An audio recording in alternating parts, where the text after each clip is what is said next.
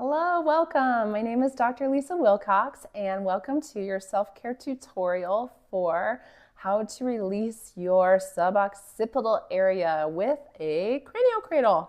So the suboccipital area is an area that, oh my gosh, I treat on almost every person at least every 1 or 2 visits.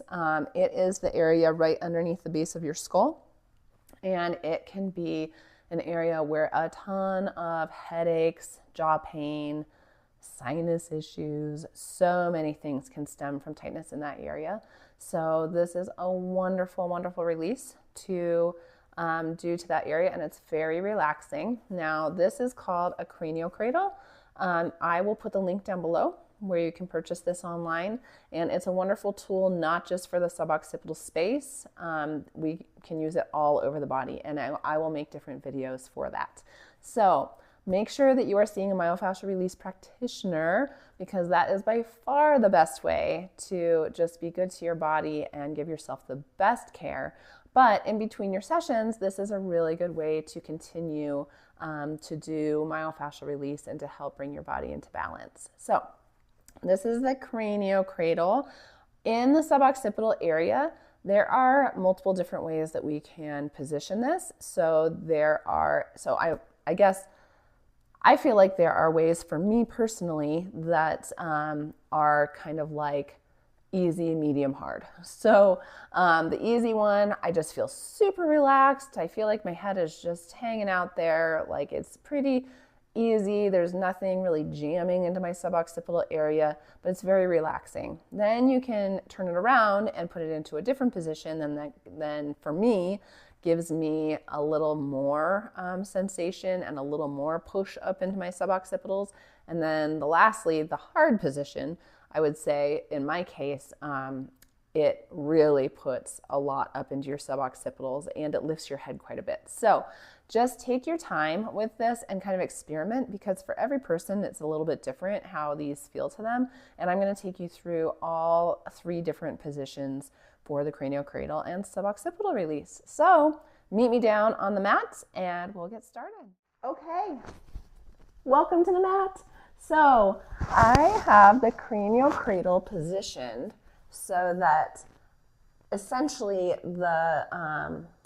these little rounded pieces right here are going to be in the area of the suboccipitals, that area underneath the base of your skull. But then this positioning also gives you this upper part right here that can really just support your head. So this is why I call this one the easy one for me, because my head is supported. And so therefore I don't feel like I'm getting like a ton of pressure into my suboccipitals, but it's a really nice way for me to relax into it. So I have a ponytail in, it's a low pony, and so it's actually not affecting me with this because the craniocradle has a nice little space for that. But just do whatever you want to. If you have longer hair, to put your hair, maybe put it in a top pony, or maybe just let it be free. It's whatever works best for you. So I am putting it essentially in this position under my occipital area, my suboccipital area, I should say. And you could shift it around. Do what works best for you. So for me, if I put it lower, that is insanely comfortable. It just feels like my head is being completely supported, and I can feel just the slightest amount of pressure into my suboccipital area, and it just feels really, really relaxing. So that is one way that you can do it. Now, the further up you put this on your head, the more those little humps on the craniocradle are going to go into those suboccipitals, or even higher into the connections of there's quite a few muscles that connect a little bit higher up into the back part of your skull, essentially. And so for you, that might be a place where you're like, oh my gosh, yes, that is where I feel like my headaches are coming from. Then that is a perfect position for you. You won't feel as supported, but if you come back down, then you'll feel like your head is nice and supported. Now, if you want more, then you actually turn it around so that, which way am I here? There we go. So that this little rounded out spot is actually facing towards your feet, and these little lumps are going to go even more directly into your suboccipitals. So this to me feels completely different, and I don't know if you noticed what just happened, but where I put it, it was sliding on my hair and my whole head just slid off of it. So I'm going to put it up a little bit higher again. So this is going up a little bit more into the suboccipital, again up onto that occipital bone a little bit more. So it's not necessarily like right in those muscles underneath my skull. It's a little bit higher than that, but I could feel a lot more pressure. And this isn't necessarily like a super like relaxing position for me, but it is a really nice, I can feel that it's really getting into that tight musculature back there behind my skull. Now, I might just shimmy my way. There we go. So I pushed my body up a little bit so that we're coming down more into that suboccipital space without it sliding on my hair. So again, work around with that, see how you feel. Now, I do want you to be able to be in a space where you can lay like this for 5 minutes, because in myofascial release, that is the minimum amount of time that we would like to be seeing these releases held for.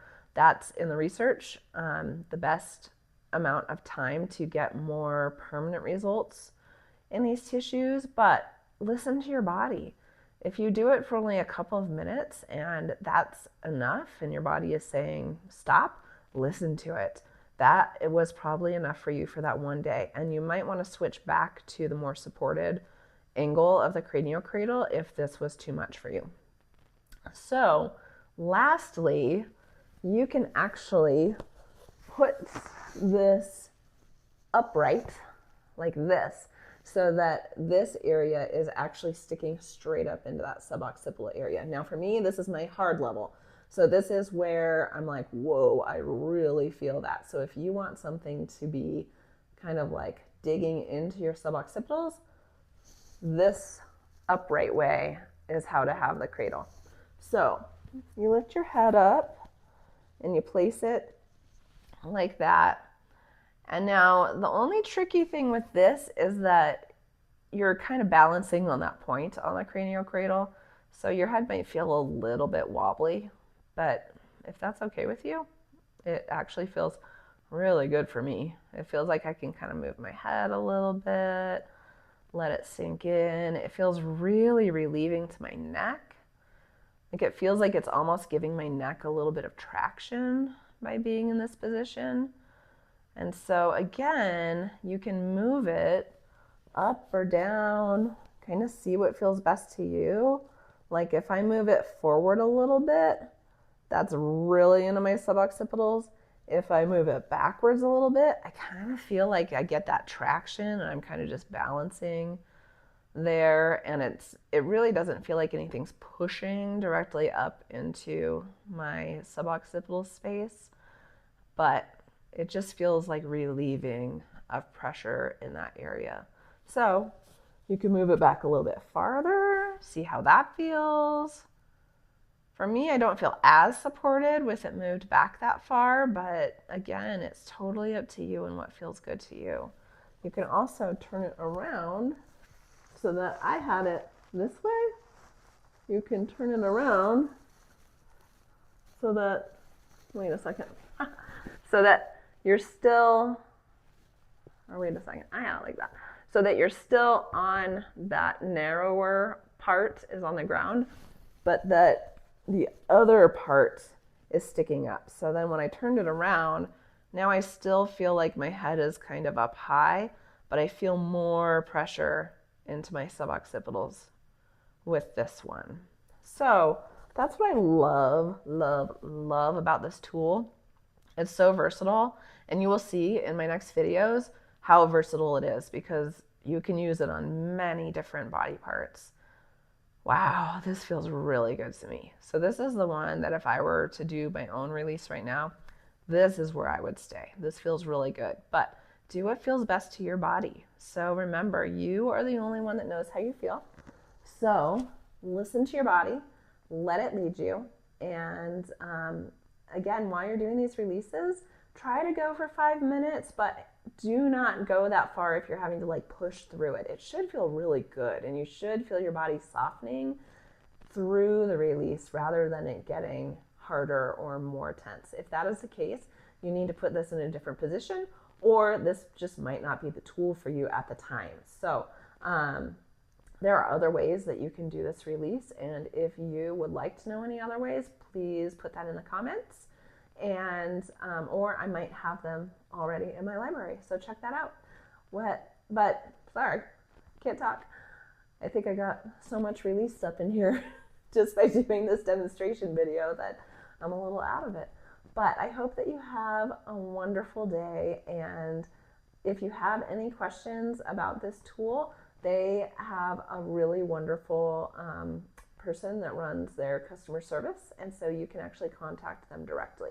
But otherwise, I will put the link down below, and I hope you have a wonderful day.